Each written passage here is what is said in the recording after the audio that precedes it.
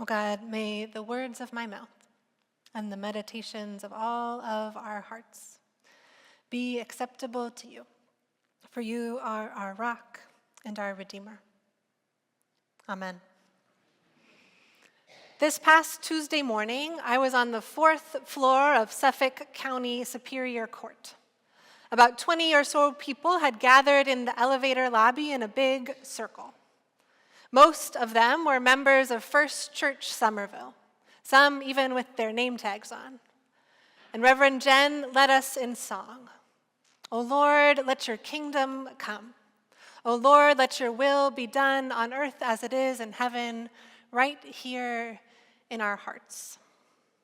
The ad hoc elevator lobby chorus sang along, their harmonies echoing off of the Art Deco hallway. They held hands and prayed, named their hopes, invoked the Spirit of God to fall upon the courtroom, and then they entered. It was summer of 2023 when First Church Somerville first partnered with the Somerville Homeless Coalition to remodel their church basement, to replace a homeless shelter that had come into disrepair at another church just down the street, 440 feet away. This new one would offer a few more beds for 20 men and 6 women, and it would be the first and only wheelchair-accessible shelter in the area.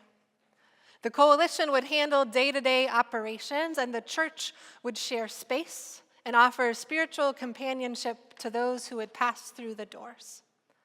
It would be a low-threshold shelter, meaning that people don't need to be sober in order to access housing. Based on a housing-first model rooted in the research-based hypothesis that the first step to a changed life is a safe place to sleep. The church had already worked with the Homeless Coalition for years, serving meals to their neighbors right outside of the church kitchen.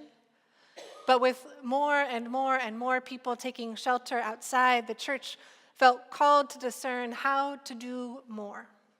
And so they studied and prayed, and like any good congregational church, they took a vote. And it was unanimous. They would partner with the Somerville Homeless Coalition to build a new shelter. They were being called by God to serve their neighbors. Is there anything more Christian than that? But soon, some neighbors caught wind, and they were scared. Even though this new shelter would replace one that was only 440 feet away, a literal 2-minute walk, they were scared. They were scared that this shelter, just a teeny bit closer to their homes, would lower their property values. They were scared that their neighborhood would be less safe. And so they sued. They sued, claiming that the new shelter would be a violation of zoning laws which do explicitly prohibit putting new shelters in residential neighborhoods.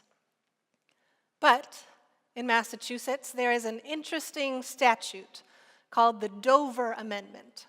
Signed into law in 1950, it states that local governments cannot regulate or restrict the use of land or structures for religious purposes.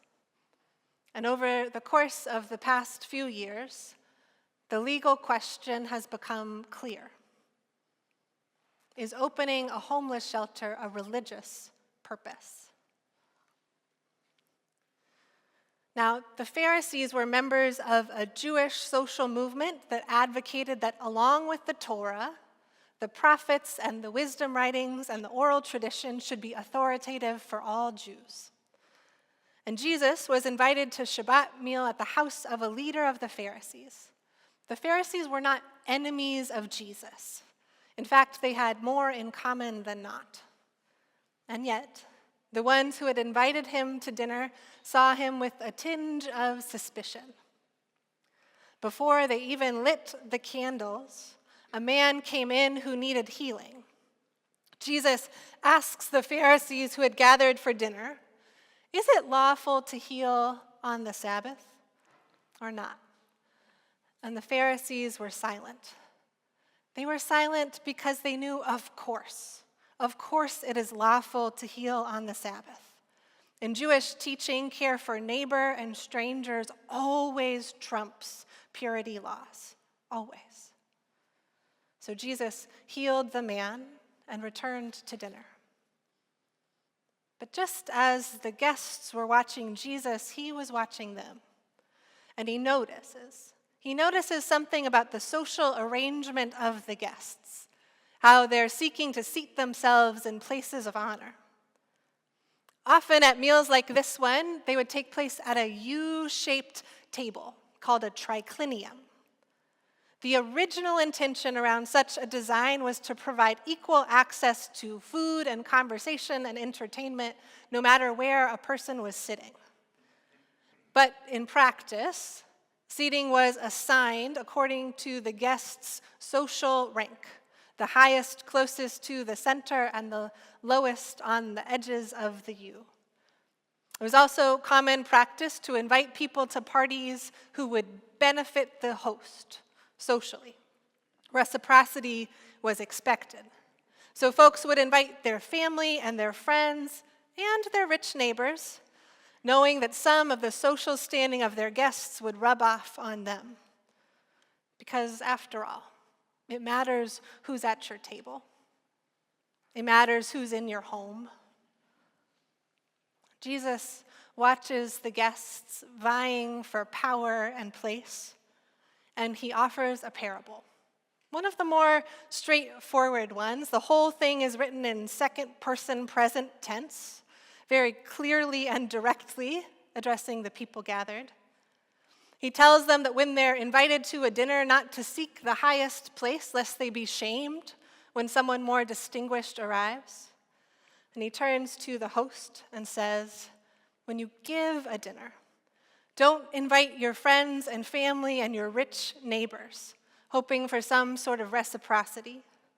When you throw a party, invite the poor, the disabled, the people cast out, the ones that Howard Thurman calls the disinherited, people with their backs against the wall.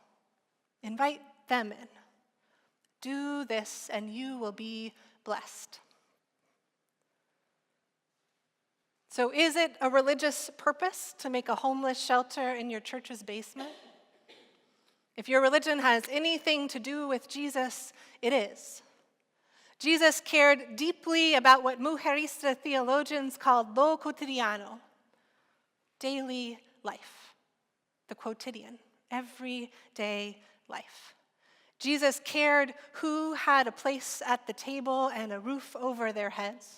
He cared deeply that the ones on the farthest edges of the table or those not invited at all should seek a place of honor at his table. He said as much.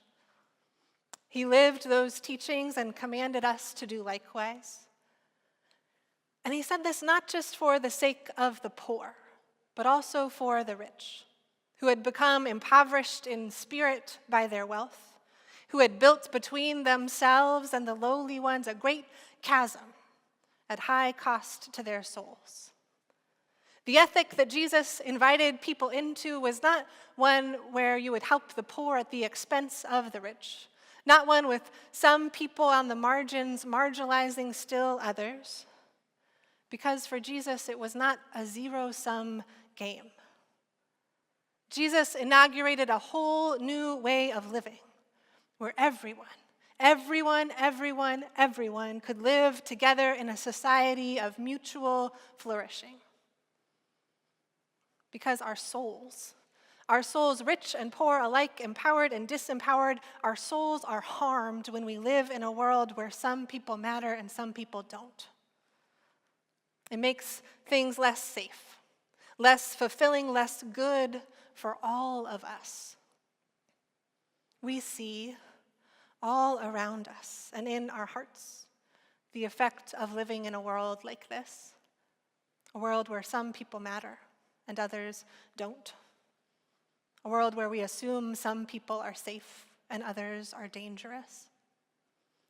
Jesus sought to turn that kind of a world upside down. It matters. It matters who is at your table. It matters who is in your homes. It matters who is welcome at our churches. It matters that our doors are as open as we say they are, as we hope they are.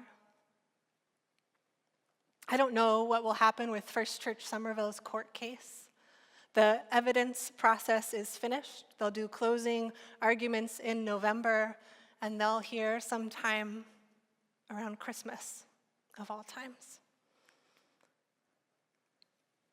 What I do know is this. I know that our faithfulness matters.